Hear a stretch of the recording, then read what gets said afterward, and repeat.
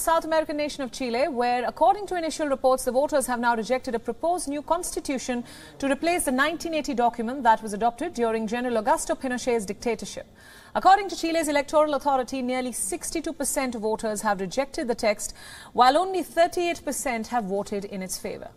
Sunday's plebiscite was a mandatory vote for Chileans and was seen as a last step towards a new constitution.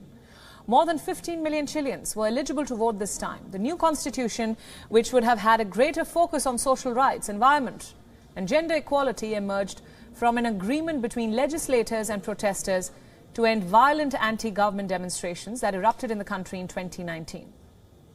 The draft incorporated demands like creation of a state-controlled social security system, equal female participation and more rights to the country's indigenous population. When demonstrations swept through Chile 3 years back, one of the protesters' main demands was for a new constitution to replace the one introduced in the Pinochet era. In October 2020, almost 80% of Chileans voted in favor of a new constitution, with many saying they saw it as an opportunity for Chile to become more socially progressive and economically inclusive. But with years, the initial optimism turned into a cloud of uncertainty for a majority of Chileans. This was mainly because of the fear of certain proposals and controversies surrounding the people elected to draft the document.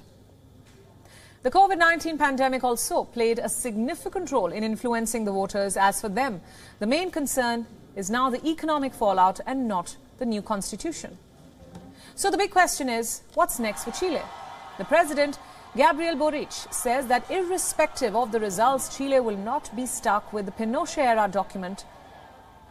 Instead, he has suggested a new process would be started to come up with a document that will be acceptable to a majority of the population.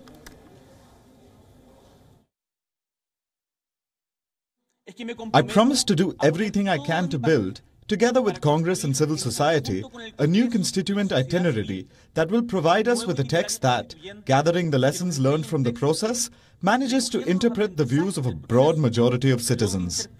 WION World is now available in your country. Download the app now and get all the news updates on the move.